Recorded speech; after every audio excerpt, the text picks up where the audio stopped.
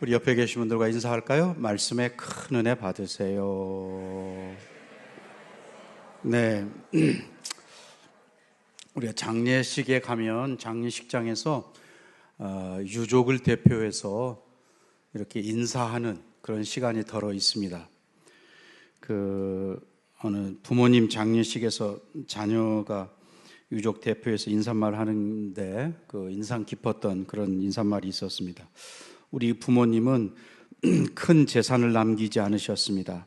그러나 어려운 일이 있을 때마다 무릎 꿇고 기도하는 모습을 남기셨습니다. 사람을 원망하기보다 하나님께 맡기는 모습을 남기셨습니다.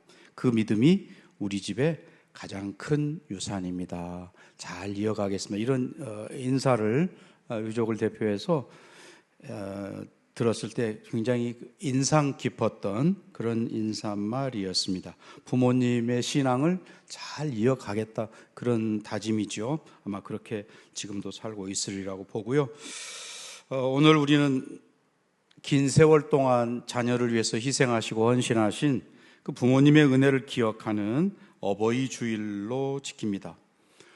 부모님 그러면 사실은 마음이 좀 따뜻해지기도 하고, 또 눈시울이 뜨거워지기도 하고, 또 어떤 분들에게는 이제 부모님이 더 이상 이 땅에 계시지 않기 때문에 좀 아쉬운 그런 이름이기도 한데, 또 어떤 분들은 지금 생존해 계셔서 이렇게 어버이날 때 효도를 다하고, 사실은 뭐 어버이날만 하는 건 아니죠. 일생 하는데 이제 그날은 좀 특별히 신경을 쓰는 그런 날일 텐데, 부모님의 은혜를 기리는 날이기도 하지만 또한 동시에 부모된 우리가 하나님 앞에서 어떻게 살아왔나, 또 어떻게 남은 생애를 살 것이냐라고 하는 것을 돌아보고 결심하고 하는 그런 의미가 사실 어버이 주일에 더 의미가 있다 생각이 됩니다. 사람들은 착하게 살면 복이 온다, 복을 받는다, 이렇게 이야기하지만, 그러나 이것은 일반론이지 반드시 또 그런 것만은 아니죠.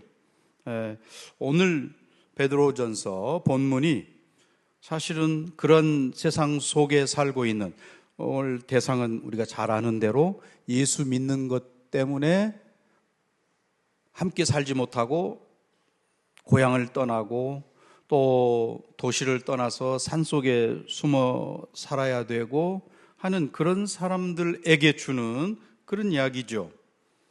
사실은 이런 어려움을 당할 때 우리는 어떻게 합니까? 하나는 그냥 쉽게 예수 안 믿는 것처럼 한번 살아보자, 이렇게 살 수도 있는 것이고, 또 어떤 사람들은 그런 세상을 떠나서 멀리 산속이나 또 땅속이나 이런 데 들어가서 살기로 선택하는 사람들도 있고, 그렇습니다. 그런데 지금 오늘 베드로 사도는 그런 사람들을 향해서 이렇게 이야기합니다. 15절 마지막 부분에 보면 너희 속에 있는 소망에 관한 이유를 묻는 자에게는 대답할 것을 항상 준비하라. 네. 이 말씀이 초대교회 성도들에게만 주는 게 아니고, 오늘 자녀를 키우고 또 부모된 저와 여러분에게 주는 말씀이기도 하다. 네. 아까 우리 청년들 영상에서도 잠깐 나왔는데, 정말 우리 부모님들은 어떻게 그 긴 세월, 어려운 세월, 지금 세대는 다르지만 저희 부모님 세대는 힘들었죠. 일제하에서, 또는 해방의 혼돈 속에서, 6.25의 그 어려운 전쟁터에서, 또 60년대 어려운 상황, 나라가 먹을 것이 없는 그런 힘든 세월, 그래서 70년대에 독일로 중동으로 돈 벌러 가야 했던 그런 세대를 살았던 부모님들, 어떻게 그 힘든 세월을 버티셨을까 생각을 하게 되죠. 무엇이 그렇게 버티는 힘의 원동력이었을까? 네.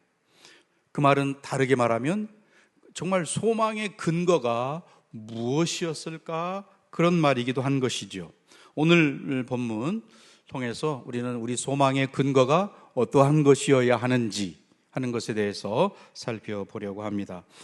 13절부터 17절까지를 통해서 우리 마음과 가정의 주인 되시는 그리스도에 대한 이야기가 13절부터 17절까지 나옵니다. 자, 13절 베드로의 질문을 한번 읽어볼까요? 또 너희가 열심으로 선을 행하면 누가 너희를 헤아리요? 네. 착하게 살면 보호받는다. 그런 일반론인 것 같은데 사실은 현실은 그렇지 않습니다. 네. 그렇기 때문에 14절로 바로 이어서 뭐라고 이야기하냐면 그러나 의를 위하여 고난을 받으면 복 있는 자니 라고 바로 이어서 이야기를 하고 있는 거예요. 네. 선을 행하는 삶이 언제나 평탄한 게 아니다. 네. 그 선한 것 때문에 여기서 예수 믿는다는 것 때문에죠. 손해보고 미움을 받고 또 외로움 속에 살아가야 하고 정직하게 살려고 하다 보니까 막 불편하고 또 사람들은 아이고 분위기 깬다. 저 사람 오면 분위기 깨. 그러니까 빼고 하자. 이렇게 하기도 하고. 네. 그런 성도들에게, 그런 여러분에게 주는 말씀이에요. 부끄러워하지 말아라. 왜냐하면 하나님이 보고 계셔. 그 말이거든요.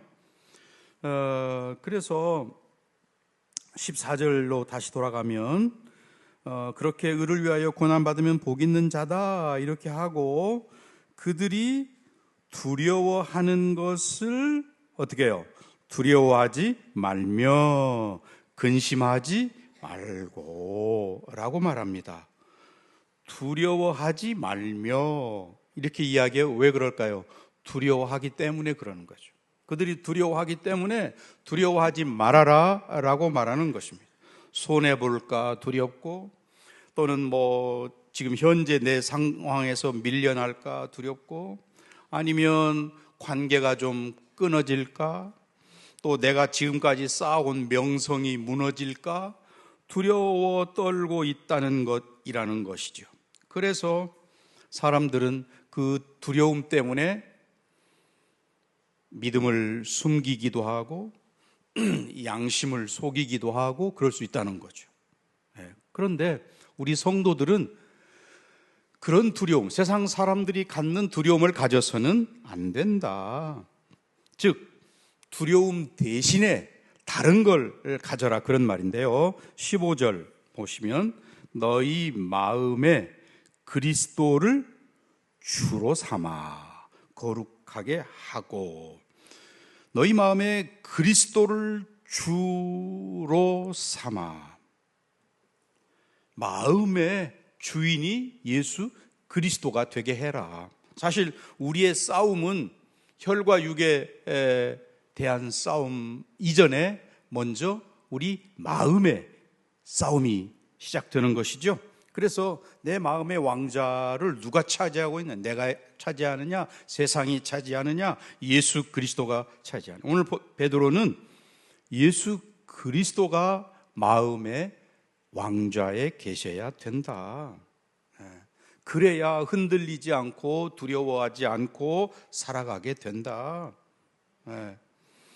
내 삶의 방향을 완전히 좌우하는 것이 예수님이 주인이시냐 아니냐가 결정한다. 그런 이야기입니다.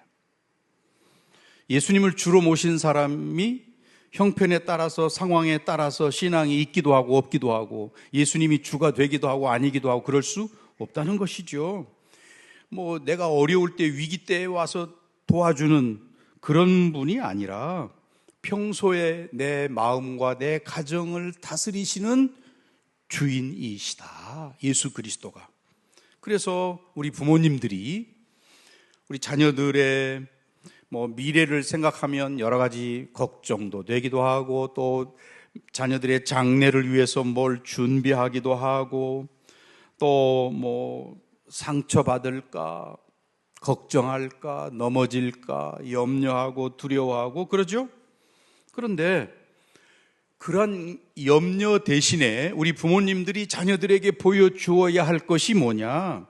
그런 불안한 가슴이 아니고 정말 우리 부모님의 마음의 중심에 뭐가 있느냐, 누가 주인이냐, 이거 보여주어야 한다는 것이죠. 네.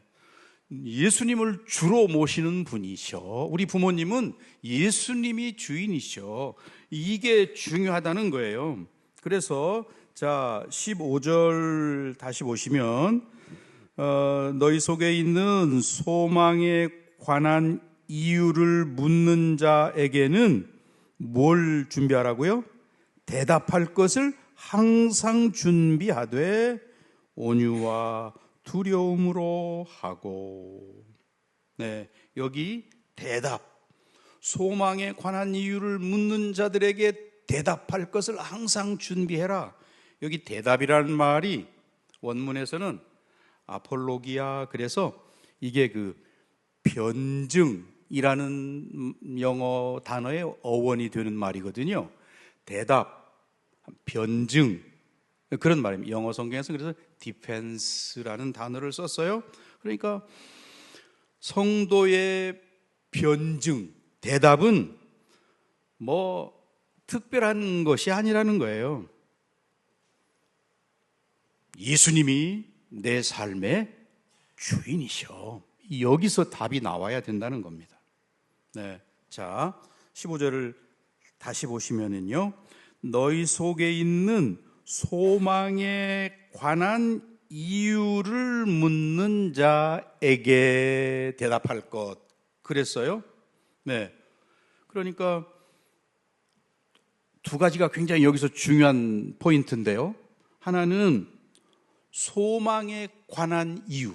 너 이 험한 세상에, 아니면 아무것도 없는 주제에 그렇게 당당하게 살아, 이렇게 물을 때 우리가 대답할 게 있어야 된다는 거예요. 그리고 그 대답하는 저와 여러분의 태도는 온유와 두려움을 가지고 해라, 그런 말이거든요. 이게 상대방을 윽박지르고 아니면 좀 날카로운 그런 모습이 아니고 온유와 두려움. 내가 옳은 말을 할 때 사실은 우리 목에 좀 힘이 들어갈 수 있거든요. 당당하기도 하고. 그런데 그렇게 하지 말고 온유하고 두려운 마음을 가지고 해라 라고.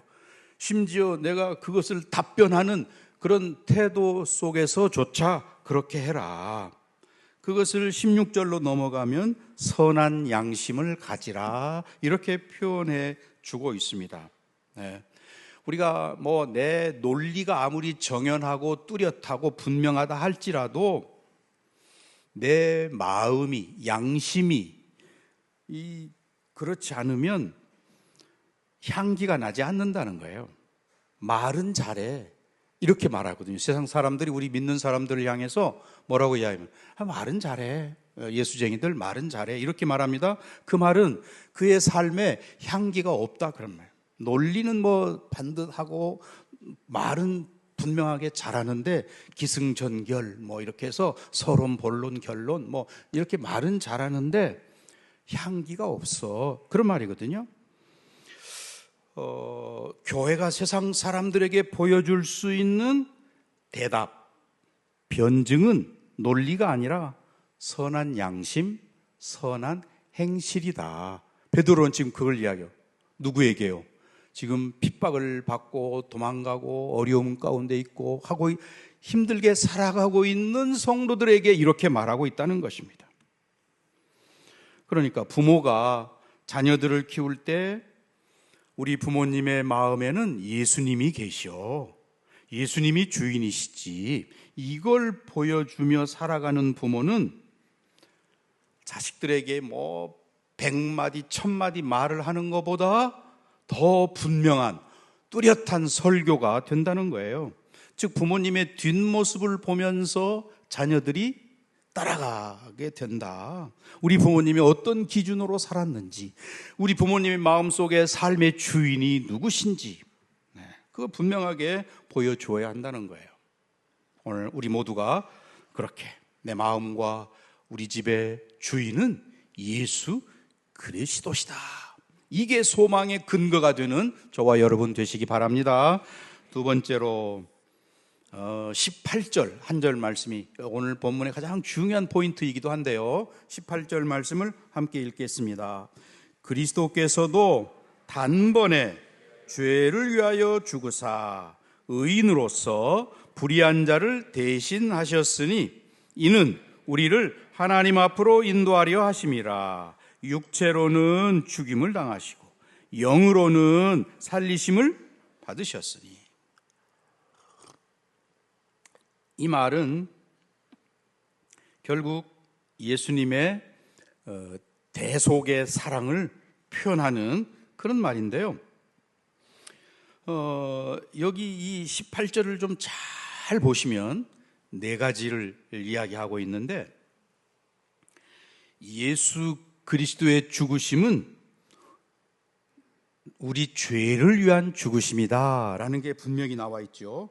그리스도께서 단번에 죄를 위하여 죽으사, 우리 죄 때문에 죽으셨다라고 하는 거예요. 우연히 정치적인 무슨 상황에 의해서 그런 게 아니고, 우리 죄를, 다시 말하면 나의 죄를 위하여 죽으셨구나, 분명하게 이야기하는 거죠. 그리고 그것은 단번에 죽으신 거다. 이것은 구약의 제사 제도와 비교해서 말하는, 구약의 제사는 매일 드려야 했습니다. 죄가 생각날 때마다 드려야 했습니다. 그러나 예수님의 죽으심은 단번에, 한 번에, 단칼에, 그런 말이에요. 그리고 그 효력은 영원히, 그 말입니다. 그래서 이것을 줄여서 영단번 이렇게 말하거든요. Once for all. 한 번에, 그러나 영원한 효력을 갖는 예수님의 죽으심이 그렇게 우리의 완전한 구원의 사건이 되었다, 그 말입니다. 여기에 보태고 또 할 필요가 없는 말이에요. 단번에 저와 여러분을 완전히 구원하기 위해서 예수님이 그렇게 죽으셨다. 그리고 그 죽으심은 우리를 위하여, 대신하여, 그 말이거든요. 대신, 대속의 죽음, 대신 죽으신, 불의한 우리를 위하여 의인 되신 예수님께서 대신 죽으신 거다. 죄 없으신 분이 죄 있는 우리 때문에 죽으신 거다. 더러운 인생들을 위해서 거룩하신 분이 대신 죽으신 거다. 사실 이게 복음의 핵심이죠. 바로 이 18절에 나와 있는, 그리고 그렇게 하신 목적이 뭐냐, 이게 중요하죠. 18절 다시 보시면, 이는 우리를 하나님 앞으로 어떻게 해요? 인도하려 하심이라. 하나님께로 우리를 인도하시기 위해서 예수님께서 단번에 그렇게 죽으신 거다. 예수님의 십자가의 죽으심을 아주 간단하게 분명하게 설명하고 있는 내용이지요. 그래서 목적이 분명해요. 우리를, 저와 여러분을 하나님께로 인도하기 위해서. 그러니까 길을 여는, 하나님께로 가는 길을 여는 죽으심이란 말이죠. 우리를, 나를 하나님께로 이끄시는, 그래서 우리가 담대히 하나님 앞에 나아갈 수 있게 된 것이죠.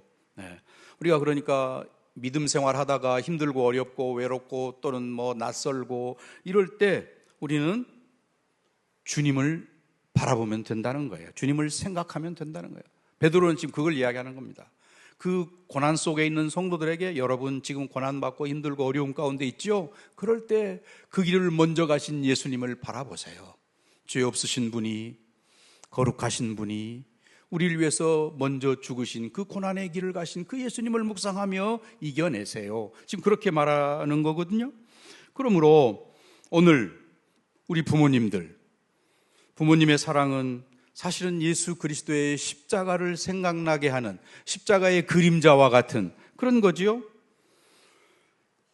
자신의 편안함은 뒤로 하고 자식을 돌보기 위해서 밤을 새우기도 하고 뭔가 고난과 모욕과 멸시와 이런 것도 참아내고 자녀를 위해서 하신 거지요. 그래서 어떤 분은 부모는 자녀를 위해 조용히 손해보는 법을 배우신 분들이다, 이렇게 표현을 합니다. 부모님의 삶이 그러하다는 거죠. 그러나 그런 부모님의 사랑도 사실은 한계가 있잖아요. 자식의 죄를 대신 짊어질 수도 없지요. 또 우리가 자식들의 영혼을 구원시킬 수도 없습니다.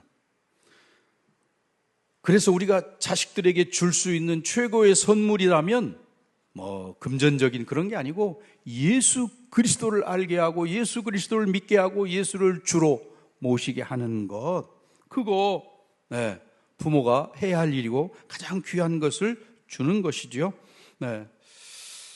세상에서 잘 먹고 잘 살고 편하게 되고 이런 거 해서는 안 된다는 겁니다.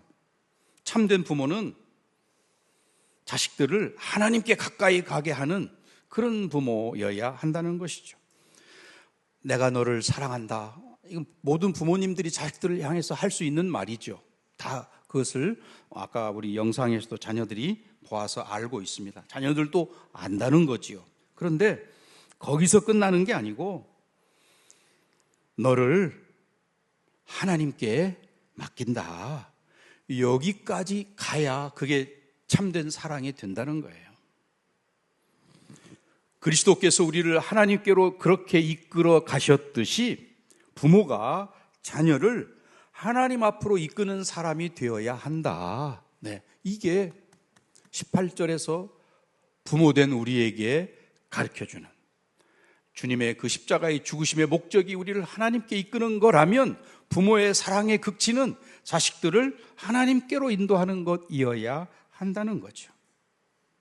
그러면 이제 자식들이 언젠가 자신들의 그 인생의 어두운 터널을 통과할 때에 그 기억이 떠오르게 되는 거죠. 우리 부모님이 그래서 이렇게 말씀하셨겠구나. 우리 부모님이 원하시는 게 이거겠구나. 깨닫게 된다는 것이죠. 정말 그리스도의 대속의 사랑으로 자식들을 하나님께로 인도하는 저와 여러분 되시기 바랍니다. 마지막 세 번째는 여기 19절부터 22절까지의 내용인데요. 믿음의 계승을 이야기하는 그런 내용입니다. 근데 여기 문제가 이 19절, 3장 19절 말씀은 성경의 소위 난해 구절, 가장 해석하기 어려운 그런 구절로 오늘날까지 신학자들 사이에 의견이 분분한 주로 한 세 가지로 탁 나뉘게 되는 이제 그런 건데 여기서 걸려 넘어질 필요는 없을 것 같고요. 이 19절을 우리가 세부적으로 명쾌하게 설명하지 못한다 할지라도 22절까지 내용을 해석하고 이해하는 데 어려움이 없습니다. 이 19절부터 22절까지의 전하는 내용은 뭐냐? 십자가에 죽으신 예수께서 그냥 죽음에만 머물러 계신 분이 아니고 부활하시고 높이 들리셔서 모든 권세 위에 계신 승리하신 주라는 것을 이야기하는 게 22절까지의 말씀입니다. 그러면서 베드로는 이 노아의 때를 예로 들고 있는 거예요. 노아 시대.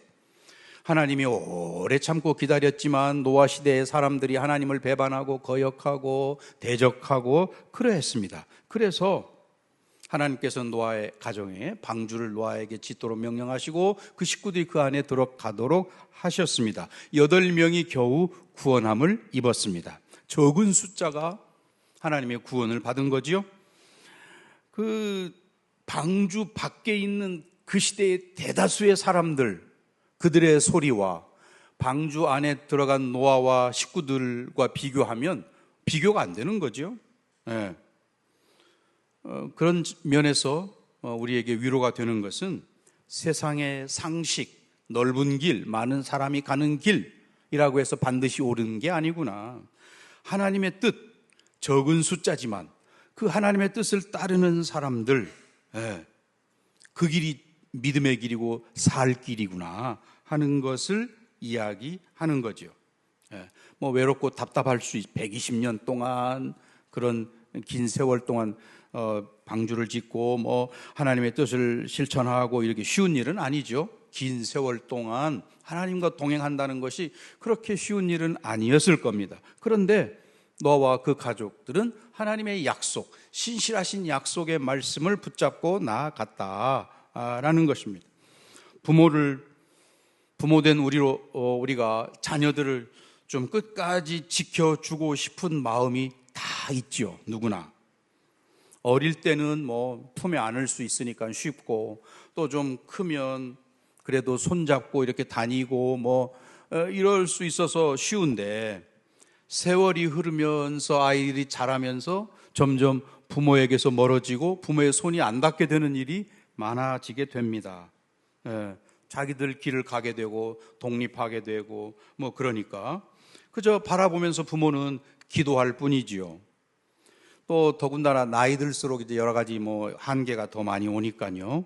몸도 예전 같지 않고 마음은 뭐 물론 자녀 곁에 있고 싶지만 우리의 손길은 점점 멀어지고 뭐 그렇습니다. 그럴 때 우리 부모님들이 반드시 기억해야 할 것은 자녀를 끝까지 붙드는 것은 부모가 아니라 주님이시다. 내 손보다 주님의 손이 훨씬 더 큰 것은 사실이죠. 또는 내가 가진 지혜보다 우리 주님의 지혜가 훨씬 더 크고 깊고 넓은 것이지요. 내 사랑보다 주님의 사랑이 더 완전한 것이지요. 그래서 내가 너를 끝까지 지킨다, 뭐 이거는 공약, 빈 소리가 될 수 있어요.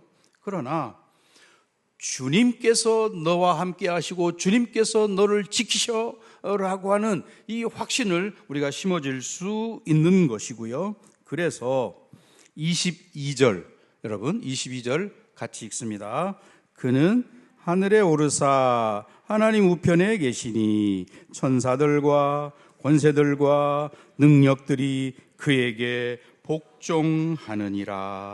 아멘. 네, 예수 그리스도께 모든 영적인 모든 존재들이 다 복종한다. 그분은 부활하셔서 승리의 보좌에 앉으시고 모든 영적인 존재들까지 통치하고 다스리시는, 만물을 다스리시는 주님이시다 라는 것입니다. 네, 그래서 나이가 들수록 뭐 노쇠함을 느끼고 몸의 한기를 느끼고 또는 죽음이 가까이 왔다는 것도 느끼고 그럴 수 있습니다.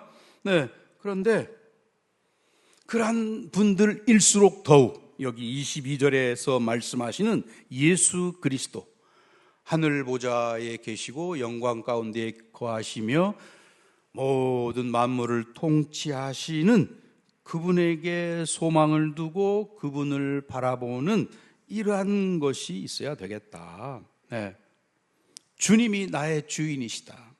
주님이 나의 구원이시고, 그래서 그 주님께서 너희들을 붙잡고 계셔. 이게 우리가 부모가 자식들에게 해 주어야 할 이야기다.